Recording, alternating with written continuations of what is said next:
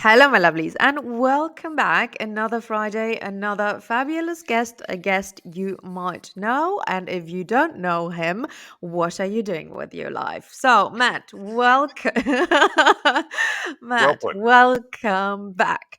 Matt is from the Epic channel. I discovered a long time ago, Dork Lords, and Matt does epic Lord of the Ring content similar to what I do. And well, you've been here a few times. I've been on your Yeah, channel happy to with be you. back. And you've been on my channel. Exactly.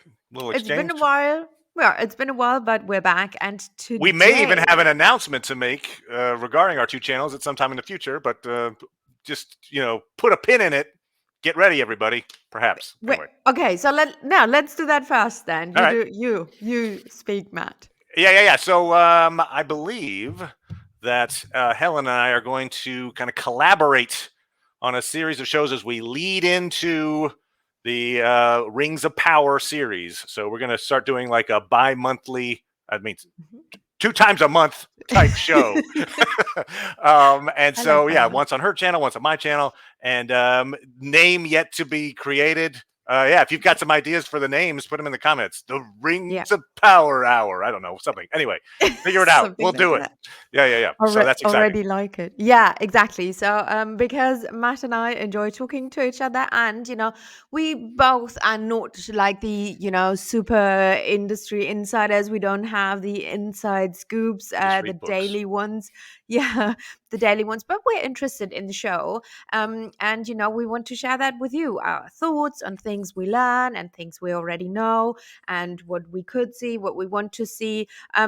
This I think we're both positive people, but obviously we will mention things Sure, we're a sure. bit like, is that how it should, we'll be very honest, let's say that. We can be politely, we can give polite critiques, but critiques nonetheless. Yeah. Exactly. So before you call us shills or anything in the chat, because literally it's not like we're being sponsored by anyone except my cats. um That said, I don't know that Amazon, boy, they really provide some great service. Now. Yeah. So, yes, no sponsors here. Amazon, by Amazon. No, just kidding. Yes, but our today's topic. So watch out for that. The first video will drop early April. So we start with that in early April. And people, today we are here to talk about the Riddermark. You are just waiting for me to roll the R's.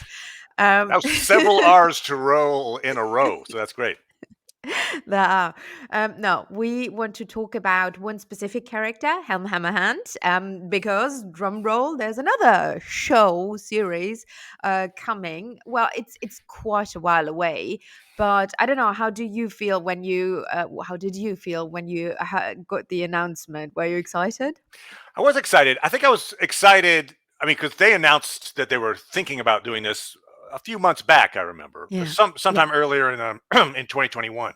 yeah, So when they came out now and just said, "Oh, by the way, this film is dropping in 2024," I was like, "Oh, whoa!" I mean, yeah, it kind of felt like it's a long way away. But yes, yeah. I am excited about it. In fact, I did a video about Helm Hammerhand back in 2019, and Mm. in that video, I actually said, this guy's story would make a great movie. So I guess I've already given my stamp of approval to this project. So It yeah, was yeah, you all along, Matt. it They was me watched all your along. video and yeah, no, I was really excited because the thing is, when I read the Lord of the Ring books, the Rohirrim, yes, I found them really cool and everything, but I didn't, book wise, I wasn't super excited, especially not for a character like Helm Hammerhand. I was like, ooh, okay. But when I saw the movies for the first time, I was, it captured me. The theme, the music, the visuals, these people on horses, the big difference between the civilization in Rohan and the Rohirrim, right? In Edoras, it's so cool because it's so different, and yeah, I really enjoyed that. And this is when I got into the Riddermark, actually, not by the books, I must admit, but by the movies. Yeah, I like this concept too, in that the show, these folks have created a they've focused in on something. It's Yeah. very focused. In Yeah. fact, the war they're talking about, we'll talk about it, but it's Yeah. could be theoretically just be in 1 year. It's probably a Yes. few years. There's probably a bracket of like maybe 4 or 5 years that they're going to be covering, but it's very focused, and it's concentrated with some great heroes, great Mm. villains, a lot of action. It's yeah, I mean it's a great little segment of the mythology to pull out Yeah. and animate as they're going to Yeah. do. Yeah. And it is, a bit like you mentioned heroes. It's a bit like the Age of Heroes, right? And you have Helm Hammerhand. He's literally, I mean, we will discuss him. And, because yes, there is a controversy. Is he really a good guy? Not sure. It will be interesting how they portray it. Will they, like water it down? Or will he literally kill somebody with his bare hands by, not being attacked? But we'll talk about that. Okay. Um, but let us maybe start let's go back a teeny tiny bit to explain to our audience. So, what are these people talking about? So, Rohan obviously wasn't always Rohan, and the Rohirrim weren't always the Rohirrim. They actually came from other parts of the world, right? I don't want to dwell on this too long. But the first time, Rohan is mentioned is actually quite late in the third age, 2510, I think, when it was founded, basically, and by Eol the Young, and who was the first king, who acted as the first king of Rohan. But obviously, these people came from somewhere, right? They had a culture, they brought a culture. It wasn't the first time somebody mounted a horse. Um, and it is interesting that the we don't know, so it's not like we were not given the line of thousands of kings like with the stewards of You're Gondor, the right. It kings kind of of just Gondor. skips. Yeah. It skipped a lot, so I think they are important, obviously. But how do you feel like about is their ancestry, is that completely clear to you who they are? Because I feel like, I mean, there's another really cool story that could make, again, it wouldn't make a series, but could make a really yeah, compelling film or anime. yeah, Is how we're talking about the Northmen yeah, that essentially end up becoming the Rohirrim, how they got Rohan. yeah, So Gondor is in a very difficult war. In fact, there's looks like Gondor's in real trouble, and so they yeah, send for aid. yeah. And it's that sending for aid that's like it's this great gripping drama where they send out these riders, and Six all of them riders. but one get killed off, and he Yeah. delivers the message, and it's up to the leader of Rohan to decide to come or not. Like it's kind of a big deal. They haven't been asked this in forever, Hmm. and Hmm. they're committing their troops to this cause that they may or may not Yeah. win, and then they ride on down, and there's a big battle. I think it's the field of Celebrant. I think is the battle, Yes. and thanks to their help, Gondor wins. And as a prize, like thank you so much for saving us. Yeah. Here is this block of land. And by the way, if you could protect us by That protecting these lands, is that'd be great. Yeah, that was definitely a thinking. And so because at that time there were no more kings in Gondor, right? So it was I think the 12th ruling steward. His name was Kirion, and but actually he is from, I think he is from the House of Hador. I'm not really sure. I didn't look it up, but he is from one of the OG houses of the Edain. Gotcha. And so the ruling steward, he was a very clever man. And like you said, obviously he gave that land with intention. It wasn't just out of the good of his heart. He saw, the Balchoth and all the Easterlings, they were plaguing them for centuries. And they were actually quite successful and quite powerful. And the ones the Rohirrim then beat at that fields, especially, were the Balchoth. And it's so cool how they are described. They had chariots, and it is like a mix. I'm super fascinated. With Greek history and all that. And if you are interested in the collapse of the Bronze Age, like how that whole thing fell down, because those were the most well developed civilizations on Earth, and something happened. Until today people don't know what it was, but apparently a big part of it, and this is what some very intelligent people said, that, because they did the chariot fighting. And that is, if you lose parts of that, it takes a long time to regain your strength, and to rebuild that, to train people to fight on those chariots. And other countries, these sea people, they fought in a different way, and they came in. So you're saying And this that is, required more of a skill set, and if you lost that yes. skill set, you couldn't just replace it. Maybe. Yes, Okay. yeah. And it's really, and when I read about the Belcheth, because I didn't remember that, and when I read about that, I was like, this is literally the collapse of the Bronze Age. Anyway, they were Easterlings, let's say that. But yeah, so as you said, and that whole thing is very mystical what happened, because Kirion took Eol the Young to a very special place Mhm. yeah, to Yeah, I believe he puts it's on the hill. Is that uh, where Elendil was a buried? tomb, Okay, yeah. all And right. I it was like, is, oh, I'm trying to remember this off the cuff, but yeah. yeah, it's such a cool story, because you never hear of it. And this is a very sacred and hidden place. And it's not like people go there to worship Elendil, which could be, because, there are many places where people, know this person or this king is laid here. And, we go there to pay our tributes. No, it wasn't like that. So he takes him to the tomb of Elendil. I think also that is very meaningful for Eol, who doesn't come from such a dynasty, with such a long lineage and all that. I think it was a bit of a show off as well. Oh, certainly. That's Like, in yeah, other words, okay. I think the name Elendil, Yeah. especially at that point in the Third Age, Yeah. this is this guy who sacrificed himself essentially to save Middle Earth at the end of the And Second beat Age, Sauron in and single so combat. he's got to have that name has a lot of cachet for sure, Yeah. right? But Yeah. yeah, to your point too. Also, so Kyrian must be thinking, it was a real long shot to send someone all the way up to get you guys to help us. How about Yeah. next time you'll just be right here, and Yeah. then I could just walk over and say, "Hey, help us." Yeah. So, Yeah. cut out the middleman, basically. Yeah, it's really cool. And they, because we know they're not super friendly later on with, the elves. So there's always a bit of mistrust, right? The Rohirrim and the elves. But Hmm. there's a super cool tiny part. Don't have it prepared here.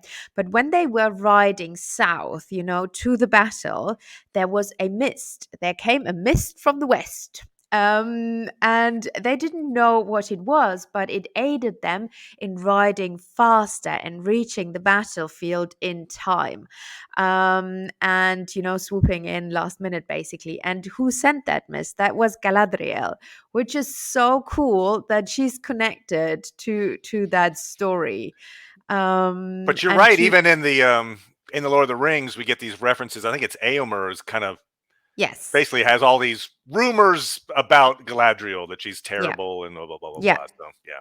Yeah, but she aided them, and Yeah. this was never confirmed to them or anything. But yeah, a really cool little insider knowledge that, yeah, Awesome. Galadriel sent her regards basically, or her mist. Sends her Um, regards. Sends her regards. And there's another super, super cool story about their ancestors. So there was one guy who killed a dragon. Now we come, because Mm. this whole thing, obviously the Northmen, this whole, riders and taming horses, and this is very Germanic and North mythology, right? And there were still dragons around, right? And this is in the time before the Rohirrim became the Rohirrim.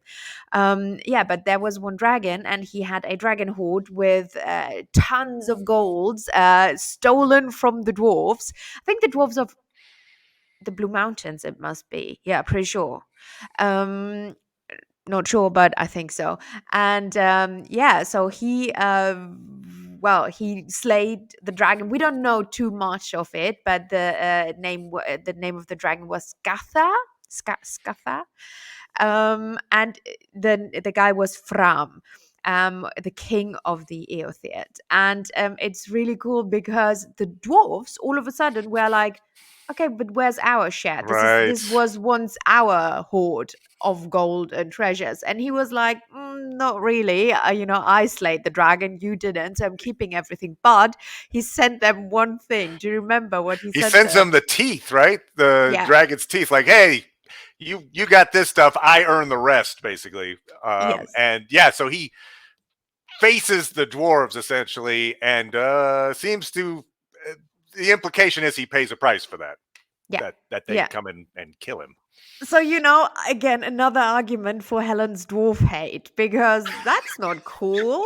I mean, you can't kill the guy for that, but yeah, it is very, again, we have in Germany, obviously, um, the Nibelungenlied, so the song of the Nibelung, and this is also Siegfried. He kills the dragon who has the hoard.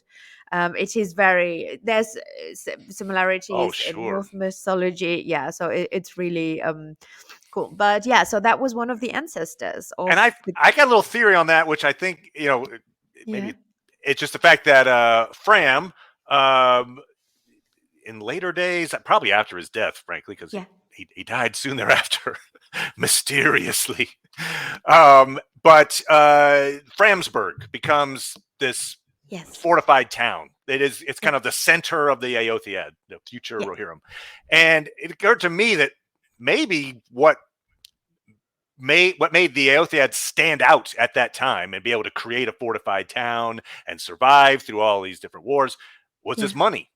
Like yeah, maybe that cash is really what the dragon's hoard is, what kept them going and elevated them to yeah. importance that allowed them to survive until they became the Rohirrim.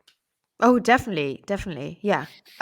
Because again, they are not known. Obviously, there were farmers and all that, but they didn't make money, especially the kings and the royal house, from that. So I think you're completely right. And yeah, let's maybe before we come to Ham, one important thing about Eol, the Young. He was called the Young, I think, because he I forgot, why is he called the Young? I think his father had died, and he kind of He was inherited the 16, or he was rulership 16. at an early Yeah, age. yeah, yeah, yeah, yeah. Because he lived quite long. He lived Good for point. 4. You're like 100 years old. And you're like, they call me the Yeah, young. You're like, oh, do yeah, they? But yeah, yeah. And this is very important talking about age. They didn't have the lifespan, and this was very often problematic, especially for people of Gondor, who are very snobby about that. There were literally wars fought about if a king's son would marry somebody from the right. Northmen who had a shorter lifespan, who were not of Numenorean descendant. The kin So strife. Yeah. yeah, so that was very important, and even the Rohirrim then later on, or the Eolingers, they themselves had that within their culture with the Dunlendings then later on. So it goes down the line. But anyway, so Good point. Eol the Young, did something super cool, and because he tamed one of the first Meras. Oh God, what was the horse name? uh Felaróf, That I sounds think. right. Yeah, yeah. Yeah, and the story is really cool because I think his father was killed trying to tame and ride the horse, and he was killed. He fell down and hit his. It's not like the horse killed him, but he fell from the horse and I think hit his head on a stone or whatever and died. And so Eol hunted down the horse, and tamed it and said, you know what? And the horse understood him because, again, we might, talk about this in a second, whose descendants are these horses. But yeah, so the horse understood him and he said, you know what? As a retribution, is that a word? Yes? Ret- Retribution is right. Like, like a, yeah. What are you're well, saying? In to other words, as pay a to pay my father's debt, basically. To pay the debt, you have to, I will tame you and you'll be my horse from now on. Yeah. I gotcha. Yeah, yep. So the Meras, what is your theory? Are the Meras related to Orome's horse? Is that I mean, that's a good idea. I feel like there is some elements of the West in these horses. yeah? Um, even that far into the third age. That's the thing. It's like, Yeah. they, yeah, But the there's, eagles, the eagles were also like the eagles lived till the third age, and they were there from the beginning days. that's a great point. Yeah, yeah. So yeah, I think I'm not sure if specifically Orme's horse, but perhaps, yeah, yeah. Shadowfax, Yeah. obviously, and Yeah. that line, Yeah. He's a very descendant from very special. Felaróf. Yeah. Yeah. So they even have magic horses. I mean, how cool is that? Slayer of dragons. They have a dragon horde. They have magic horses. What could go wrong, people? So, Helm. Talk about Helm. Tell us about Helm. So Helm actually comes to be the king of Rohan fairly late in life. Yeah. His father Graham is killed, I believe, in battle, but he's like 50 or so when he actually gets to the Yeah. throne, and he's only in Yeah. charge for about 15 years. But it's a Mhm. very productive 15 years. So he's got two sons, Hama and Haleth, and he has a daughter unnamed. Yeah, No, she's Tolkien didn't which is put her name weird. down. Yeah, Yeah. it's got her name Yeah. in there because she's important. So obviously the Dunlendings, they've never gotten along particularly well. Dunlendings are Uh-huh. generally off to the west of Rohan. They were kind of in the around Isengard. And very nice. I like it. Mm. And so they're constantly at odds. At some point, I think it's somewhere around 2700, maybe shortly thereafter, the Dunlendings take over Isengard, actually. It's Yeah. theoretically in Gondor's control, but it's been abandoned Yeah. because of the plague and stuff, so the Dunlendings take over that area. Yeah. 2754, one of the Mhm. Dunlending nobles, he's a apparently also a member of Rohan nobility, but he's kind of like Do you he believe walks in that both though, or sides. does he just claim that? Sure, sure. I mean, whatever the point, he is Yeah. allowed at the big councils, Yeah. right? If Yes. he claimed it and Helm said no, I don't believe you, he wouldn't be allowed. But he is apparently invited to council meetings at Edoras, Yeah, and so well, he shows I up. think that is because he's so rich. This is the concept of what we had in Europe, right? Gotcha. This is the concept of, when you were a baron, you didn't have to be related to a king or whatever, but you had a vast lands basically, and you had an army and power. You were at the king's council, right? And I think that meant for him, so he had that place because it is said he had a lot of land and he was Gotcha. powerful. Money brings privileges. Yeah. Okay. Yeah, So yeah. he shows up at a meeting and with some soldiers, Hmm. and basically demands that Helm's daughter marry his son Yeah, Wolf, because this is yeah, Freyka. Freyka yeah, basically wants to get his family in the line of succession, and so hey, yeah, this is how you're going to do this. Um, he insults Helm, basically like, hey, you know yeah, what? Kings who don't listen to their followers end up in trouble. yeah, That offends Helm. yeah. Don't offend Helm Hammerhand. No. Because what ends up happening is Helm in the moment's like laughs it off, like, oh, okay, anyway, we got business to do. We'll talk about the marriage thing later. Yeah, They get through with their business. He goes, let's take this outside. And so they literally like step outside away from all their various bodyguards. yeah, And Helm punches. It's hard to tell. It's the implication is he punches him once and kills him in one yes, punch. yeah, So hits him, kills him. yeah, Did he mean to kill him by just punching him once? I don't know. Maybe anyway, it becomes part of his persona. yeah, Obviously, Hammerhand. yeah, But yeah, he basically punches Freyka to death, and then makes Wolf, his son, and all those folks like basically enemies of the state, and exiles yeah, them. Get out. yeah, And they're, I mean, obviously, it's going to come into play in a few years, but it's also going to come into play for generations. This yeah, is 250 years or so before the War of the Ring. Time of the War of yeah, the Ring, they still remember that yeah, that's like the King of Rohan killed this guy with his bare hands. yeah. So it's a huge moment in the diplomacy of the area. Yeah.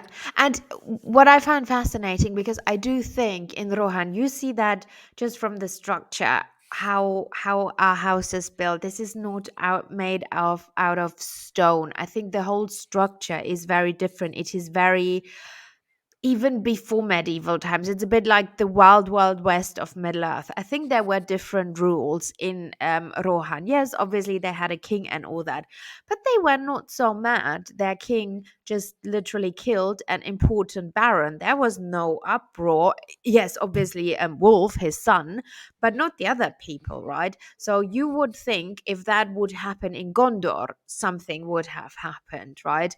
The king at least would have been questioned or whatnot. But he literally became a hero for doing this. So you see, this is a very different form of ruling, and it's a very different, yeah, well, the people are very different from the, you know, high court of Gondor, from the nobles living there and all that. Um, yeah, Yeah. There's a sense of like a dueling culture almost, maybe as yes, well. Like if you yes, insult my house, yeah. we're gonna have to answer it in combat in some way, Yeah. kind of thing. Yeah, and that was totally fine and totally accepted, which again is a bit similar. Obviously, in wartime, it would be accepted in Gondor, but it was a very different civilization and state of civilization in Gondor. But I find that fascinating. And yeah, so what is also important, and I asked myself that, because is Freka like really do so he didn't ask, Freka didn't have a daughter and said, my daughter should marry your firstborn, True. which would make him, because look, Helm had two sons, as you just said. It's pretty damn sure that one of the two sons would inherit, right? So marrying his son to the daughter, yes, would bring him closer to the throne. But what Helm is claiming basically is, he says, or how it is portrayed, how I understood it and how Sure. you said it, it's portrayed as he wanted the throne, basically. But that is not true. Otherwise, he would have. It would be different. It would be a different story. Marrying your, yes, you come closer to the throne, but for me, it was more to legitimize his line, and Okay. because Makes sense. his claim was very dodgy, right? And a lot of people, I think, questioned, was he, because he claimed he's related to the fifth king. So Helm was the ninth king, and he said he's a descendant of the fifth king. But Helm was literally right away, and this is very, but it's not nice, and it explains a lot about the, you know, the problems with the Dunlendings. And this is what I said before, you know, the Numenorians and the Gondorians saying, oh, you're just Northman or middleman. I don't want to marry my, you know, I don't want you to marry into my house and thin down my bloodline. But this is very similar, and Helm did, you know, didn't want that. But he didn't want the throne. He wasn't grabbing for the throne. He wanted to legitimize his line, which I in a way understand. And it was, maybe he could have approached it differently He than could have literally, approached it differently. That's but right. I think his yeah, diplomacy skills let him down in a big way, mortal way. yes, But yeah, yes, you're right. yeah, The overall, just the nuts and bolts of it. Hey, yeah, I'll my someone from my family will marry someone from your family, yeah. and that isn't that unusual. Agree. Like in that No, time. and Yeah, these yeah. yeah, and these suggestions, these things happened all the time, right? She was just a daughter; she wasn't that important, and that Helm overreacted in such a way was crazy in a bit. It was an Well, also, if you think overreaction. about, as we mentioned, he's an older king, right? So Yeah, he's over 50. He's maybe feeling vulnerable, yeah, and there's a sense of like, here are these younger lords coming in, making yeah, demands of me. yeah, I feel vulnerable in this moment. I need to make some kind of an assertive yeah, gesture that I am in control, yeah, yeah. perhaps.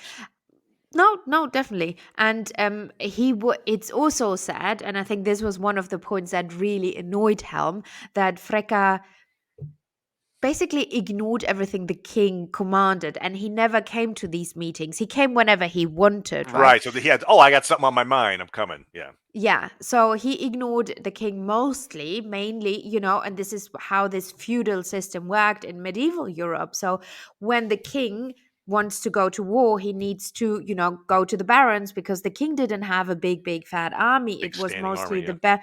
Yeah. it was mostly the barons, and he had to convince them to follow him, right? And Freka was said to be very powerful. He had armies, lands, all that, probably a lot of money as well. As we'll see with um Wolf. I mean, Wolf, obviously, his son leads a pretty big army when it comes to Big, it. So exactly. So I think he was also a bit afraid and pissed about that he, didn't have him under control in any way. He could have done, whatever he wanted. We don't know about the strength of the army of Helm, but it can't be that big, because Wolf, as you said, literally, it didn't take kind of long walked in. to, yeah, he walked in, and then they were hiding in the fortress. So Yeah, and I feel like, I mean, if I haven't said it yet, but I feel like this scene, this moment in time when Helm punches Freka is going to be in this film. I yes, feel like yeah, we're yeah, in the time frame of the film at this point, because pretty it sure. really does add to his legend big time. Yeah, yeah, pretty sure. And yeah, as you said, maybe he didn't want to kill him with one punch, but when you see later on what he does when they're in the fortress, and when winter comes, it's maybe he did. Well, Um, there's a quote. I mean, I'll jump real fast to it just because it's yeah, relevant to this. So later on, we'll talk about when he's going out and killing people. But there's a quote there. This is, I think, from the appendices, but it says, "It was believed that if he bore no weapon would bite on him." So, yeah, in other words, I think he believes in a mythology about himself yes, at this point. This is yes, 4 years later, 5 years later, yeah, and yeah, so he's well, hey, I killed these guys with my bare hands. yeah, I haven't received retribution. I'm an old man. I'm still alive. As long as I don't hold a sword, it's almost this weird mythology that he put around himself, which I yeah, think led to him like, okay, I'm not using a sword because now I'm invulnerable, essentially. So yeah, yeah, yeah, created this yeah. thing for himself. Yeah, which is really, this whole myth around him, which is coming, is really cool. But okay, so let's not get ahead of ourselves. So he kills him. The son, obviously learns of this. I think he wasn't with him. I think it was just Freka in the army. And well, the son gets a bit later. We don't know the time frame of that, but he gets his revenge. And maybe let's come, before we come to that, to the whole Dunlanding problem. So how do you see this? Because again, in the movies, how they're portrayed, like evil men with torches, and Saruman, is rallying all the evil men up, because only evil ones work for Saruman, right? How do you see the whole Dunlanding problem? Because literally, they were the people living in Calenardhon. And Gondorians gave away their land. Right, right. I mean, yeah, they're not just evil folks. I think they were from the second house, the House of Haleth. I think is at least a lot of them Mm, have yeah, that yeah, genealogy. yeah, And so, yeah, I feel like they were just um, politically opposed to their neighbors, and yeah, these are neighboring groups, and we yeah. see it all the time. Um, I took a trip to your region recently. I was on the Rhine River, and I took some different tours to different cities. And one of the things that Yeah, was kind of funny as I went to different cities down the Rhine, so Strasbourg or Mainz or yeah.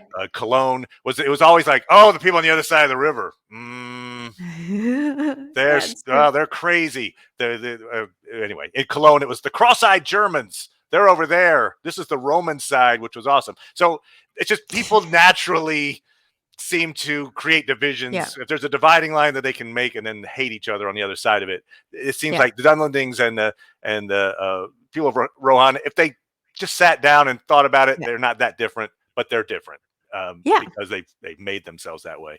yeah. And I have a theory that I think might come into play in this film, Oh, um, tell me. in which I think so we got this. Obviously, the Dunlandings come in, they take advantage of the strife that's happening and take over, and then they get defeated. And then Saruman comes in and says, like, "Hey, thanks so much, and welcome, new king." It's this Freylof, who's Helm's Yes. nephew.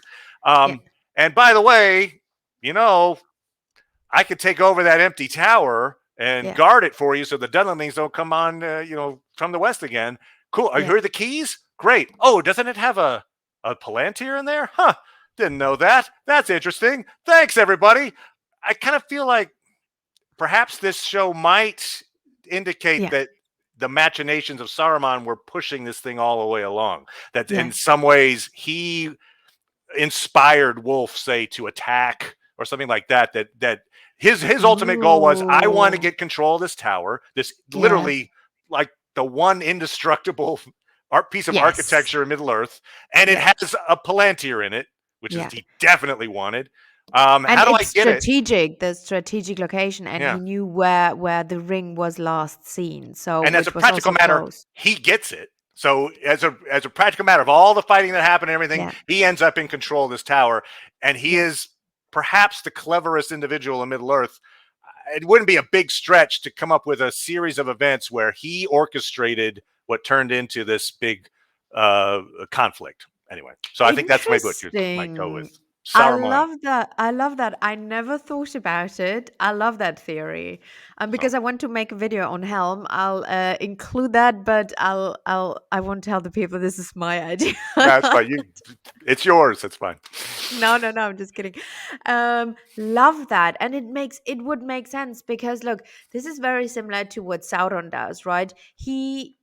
He spreads all these lies and he whispers in people's ears, and this is how he reached most of his goals, right? He made the Numenoreans sell to Valinor basically, and destroy themselves from within. And this makes total sense because Saruman at that time didn't have an army, didn't, he wasn't corrupted at that time, but it would make sense because he wanted that tower. And who else, was out for the Palantiri all the time. This is why, Sauron attacked all these cities.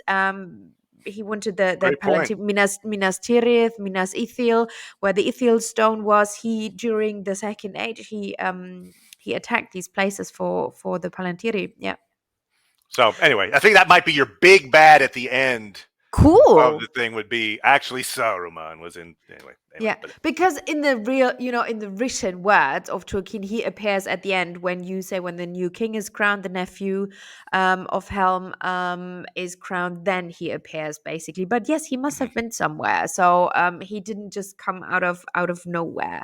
He knew what was happening there. Um, like it, love it. So, yeah. but let's take a step back. So, Yeah. Wolf, cool name by the way. It sounds So like a villain, right? I mean, the wolf. totally, Yeah. totally.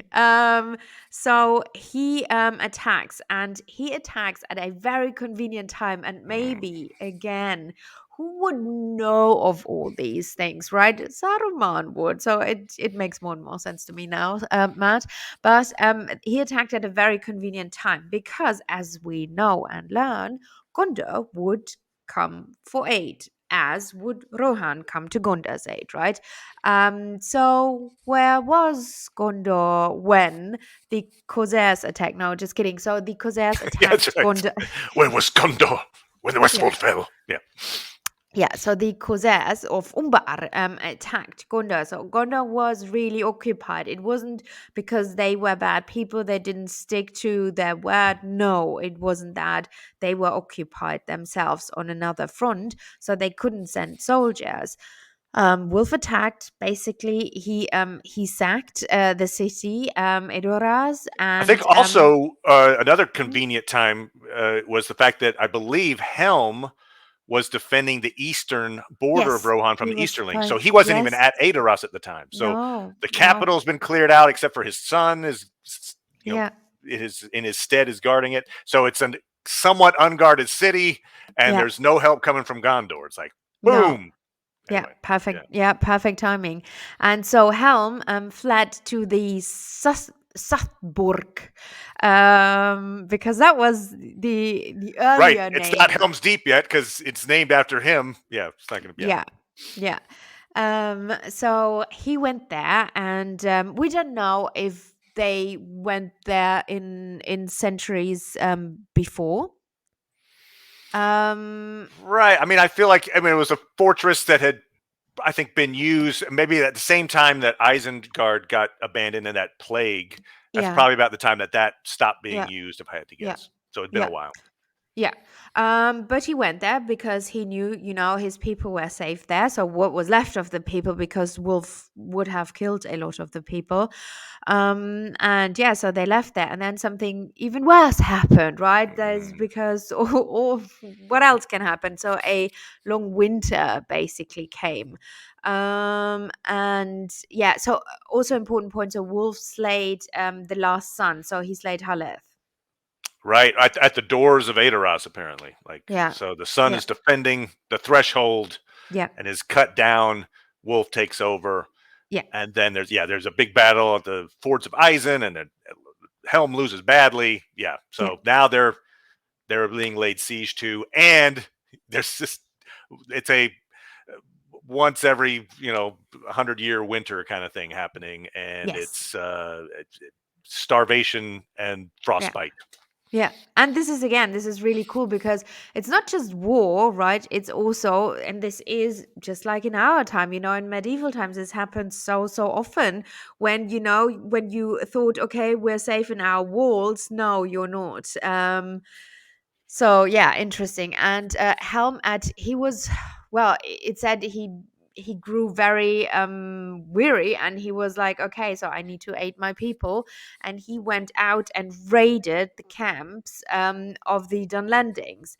And it is this is a bit morbid now. So when he couldn't find food or anything, it is said that he brought, or he ate and he killed and ate and brought Dunlending flesh, Which basically. could be propaganda from the Dunlendings, but if you do think, okay, I we're don't. starving I and there think is it's literally no true. food, I think Yeah. maybe cannibalism was being practiced to Yeah. stay Yeah. alive. Yeah, From somebody who kills another person with his bare hands. Yes, I do think he did that.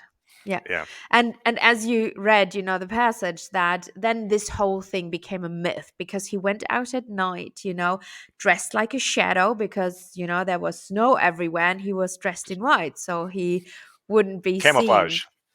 Exactly. And he blew the horn, and that horn, before he went out on his hunt to, like, really, spread the fear amongst his enemies, he blew this horn, and that horn makes an appearance. It does in the Two Towers. And actually, I've got the quote. Actually, Yeah. because what's cool about the quote is it references back to Helm himself. Yeah. So, all right, I'll just read the quote. And then, sudden and terrible, from the tower above, the sound of the great horn of Helm rang out. All that heard that sound trembled. Many of the orcs cast themselves on their faces and covered their ears with their claws. Back from the deep the echoes came, blast upon blast, as if on every cliff and hill a mighty herald stood. But on the walls men looked up, listening with wonder, for the echoes did not die. Ever the horn blast wound on among the hills, nearer now, and louder they answered one on another, blowing fierce and free. Helm! Helm! The riders cried. Helm is arisen and comes back to war. Helm for Theoden King. So it's like they've This is, reignited the spirit of Helm to come fight for yeah. them. Pretty cool. This is so cool. And I love, when a name becomes a battle cry. You have that, the elves have that, for example, with Exelion, if you remember. And because he was one of the most fearless warriors in the fall of Gondolin, right? Or, all elves in general. And his name becomes a battle cry. I really like these, this myth, and then they always reuse the names for that. Yeah, pretty It cool is scene. pretty grim too. The idea, though, you're right. Back in this time when they're in a siege, that he blows his horn as though to say, "Get ready, I'm I'm gonna kill coming. and eat you." Like, whoa, my god! Like, just the fear factor of that would be Yeah. pretty insane. Yeah, it would. So, and we forgot to mention earlier, and so Freka in a way cursed him, and he said, you mentioned it a bit, but the what he said is, you will bend or fall to your knees, like, in a Okay, way, to the Dunlendings. And so this is, we don't know again how long, but I think this winter lasted for one season I ish, think it one said maybe one long 5 months, winter. something like that. So yeah, So Yeah. yeah, So at one point he goes out on his last raid, and he doesn't come back because they see in the morning, they see him up on a hill, but he's frozen to death basically. And I mean, oh, okay, weird death. Yeah, exactly. This is the post, Matt. Exactly. This is how it will be portrayed. But the cool thing about it is he was not on his knees. He was standing. So the prophecy, and we know that prophecies very often do come true, or when you get cursed and it comes true, or it at least has some implications on your life or whatever. But this one didn't come true. So in a way, and even how he then gets buried, is a good so he gets his reward in a way, right? So he doesn't fall for the curse. Yes, he dies, but he's still standing. So what Freka said didn't come true. um it also occurred to me that the spot where he died, it may not be exactly where the statue to him stands, but it's i in the close think s- proximity to I where think so. the Yeah. statue of Helm stands. And so it's Yeah. like, not that statue isn't just, hey, this is named after our famous king. This is also, this No. is where he died Yeah. defending this place. I mean, Yeah. it's pretty, got Yeah. more cachet that way. Yeah. Yeah, I think it's cool. So yes, his nephew, Frealaf, he frees Edoras, and he wasn't at the fortress. He was at another place We should with mention too, the other son died. So we had the one son yes, died at Edoras, and yeah, then he had a second son that hmm, froze to death going out for looking for food yeah, during the siege. hmm, So he's hmm. sonless now. The daughter, we don't know. We don't hear We of her don't. any. Yeah. She probably was there as well, I would think. But anyway, Yeah, I think she went to Hamsib, yeah. But a lot of people died there because of hunger. Otherwise, he wouldn't have gone out and do all that. right. So yes, so his nephew, he comes to the rescue, and he frees Edoras from Wolf, which I think that will be a cool That's scene going to when be a you cool see scene. them. It's almost like a Mission Impossible strike Yeah, team thing is going to be. I yeah, think they're going to be like, all right, we got 5 guys. Let's yeah, break in, stealth, yeah. and kill the king. Anyway, Yeah. yeah. And finally, Gunda, maybe because they heard the horn or whatever, Gunda comes to aid. And Gunda also helps them. So Wolf gets killed, and the Dundandings, are driven out of Edoras, and he reclaims the throne as the nephew, and a new line starts. And this is the ancestor of Theoden, actually, which is interesting because Theoden then something similar happens to him because his son dies, and his nephew, his Great sister's son. point. I hadn't thought about that. Hmm. Yeah, yeah. Yeah, So and he his goes to sister's Helm's son took. Deep, and yeah, okay, yeah, Yeah, it's I very like it. similar. But Tolkien loves these, mirroring things that happened before. So yeah, really cool. And how he's buried is also beautiful because, obviously he was a hero for his people. Yes, he did questionable things. It was, cannibalism and whatnot, but he was a hero, and it is said that the flowers. I forgot the name of the flowers. The white flowers. Simbaluna? Is that the Yeah, name? Yes. something with S. Yeah, and they grew on his grave. Like they grew especially on him, or more grew on his grave, so it always looked white, like snow was covering it, which is very symbolic and really cool. And when Tolkien tells you, and gives you places of worship and tells you this is a beautiful, stone or grave or place of worship, it that person who's buried there is a good person and is Mm. important. You have that with many other, elven kings and whatnot. So I think in Tolkien's mind, Helm wasn't a baddie. I don't think he was a baddie either, frankly. I mean, I feel like, yes, he had a temper, obviously. Yes. He was a flawed hero, but he was put into an unwinnable situation. Yeah. He was put in a situation that his people were all going to either die slowly or die Yeah. quickly. Yeah. And he was faced with this Yeah. impossible choice. And Yeah. so he did whatever he could to keep his people alive. And I Yeah. feel like it just shows you to what ends someone will go to, Yeah. stay alive. And so I would still put the check mark on the hero part for him. Yeah, same. And yeah, so a new line is founded, and yeah, well, we mentioned what happened then, with the Saruman coming in for the coronation of the new king, very conveniently taking over Orthanc, then saying, oh, let me cover that frontier, let me help you, let me be your guide. The quote says, Yes, but Freylof was as glad as Baron. Baron is the name of the steward of Gondor at that point. yes, But Freylof was as glad as Baron to have this so, Saruman and Isengard, yeah, and to know that Isengard was in the hands of a strong friend. A friend he long seemed, and maybe in the beginning he was one in truth. Though afterwards there was little doubt in men's minds that Saruman went to Isengard in hope to find the stone still there, and with yeah, the purpose of building up a power of his own. So you yeah. just get these machinations going on with this guy. Yeah. Anyway. Yeah. But it's interesting that, and I made a video about the Palantír, about the Seeing Stones, and it's interesting. Why did no one ever from Gondor went there and Right. checked if the Palantír, because Saruman must have known that from history, and the Gondorians placed it there. So, or the, I mean, original, not the Gondorians. So originally Elendil, who brought the stones, Anarion, Elendil, they placed the stones on 7 strategic locations all over Middle-earth to communicate with each other.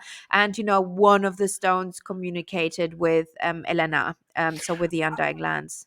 I feel like maybe the knowledge of how to use the stones was lost, except to Saruman, obviously. And so The maybe stewards knew. The stewards knew. but could they use them though? I don't know. I'm not sure. I mean, anyway, I think they you're right. didn't. It's a question to ask, but it could be that just over time it was like, Yeah. well, you know, Yeah. They didn't. Anno had fallen at that time. Anno right. no longer existed, so it was You'd have just been talking to Gondor. Sauron, They basically. Hey, true. what's up? To the Witch King, exactly. So, hi, Witch King, Yeah, how is it? yeah. No, so it had Emojis. fallen. Yeah, they didn't want to talk to the elves. They weren't close to especially the stewards. They weren't close to the elves anymore. Gondor was on its own. With whom would they want to communicate? But I always ask myself that, why did no one ever check on that? But anyway, No, it's true, and it would be, it'd be interesting. Like I always thought to myself, it's the exact same issue. Okay, yes, there's this stone hanging out. Why is nobody checking it out? Same with the Master Stone. So the yes, biggest of the stones yeah, was being held at Osgiliath. It yeah, got overrun, and it apparently fell into the Anduin. yeah, Nobody, yeah, nobody. I mean, it's a big stone in the middle of.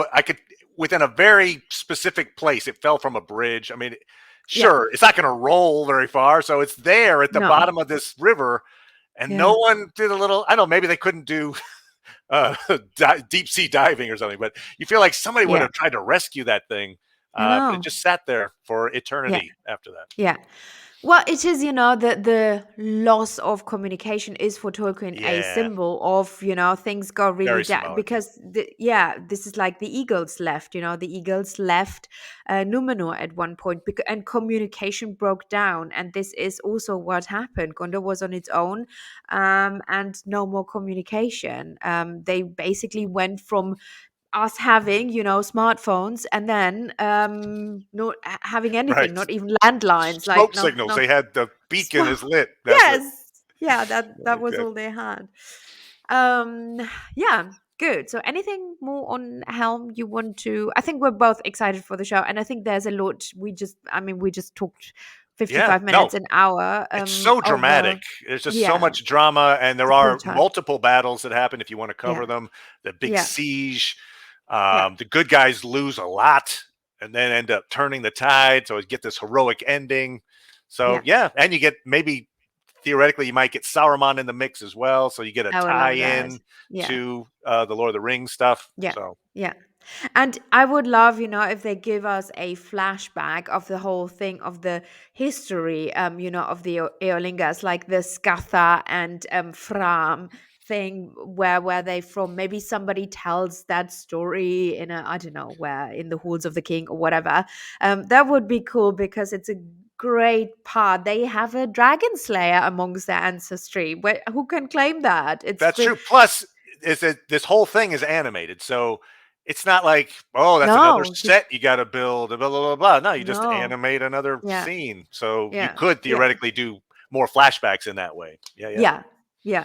So that would be cool because, and again, we don't know right wise or whatnot, but it's not, it's not the longest history. It's not three. I don't know. It's not first age, second age, third age. You don't have to cover a lot. We don't know that much about them, but yeah, I'm excited for it. As we said, it's a long time until till we will see it, but I'm happy because I really grew to love the Rohirrim in a visual context. Again, in the books, I was like, yeah, cool, Interesting but too that they released a picture. Weta yes, did the little marketing thing, and the yeah, picture looks like Mumakil attacking Edoras. So they that do, suggests yeah, maybe the Easterlings are involved. Either they're working with Wolf, or maybe yes, that's the first they problem that were. happens that makes Wolf show up or whatever. But yeah, No, no, no, they were. Wolf had aid of Easterlings, done landings and Easterlings. got it.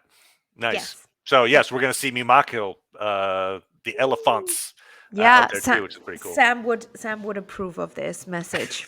That's right. Good, cool. So I think, people, we covered most of the history of Rohan and one of his greatest kings. Questionable, but we still like him. And yeah, as we said, please subscribe, obviously, to Matt's channel, the Dork Lord, but also keep an eye out on more content coming from us covering things about the upcoming Rings of Power. I always want to say the whole name, but this is I very know. long It's name. same. I'm right. The Lord of the Rings, the Rings of Uh, Power we'll show. have to Yeah, abbreviate. Yeah, yeah.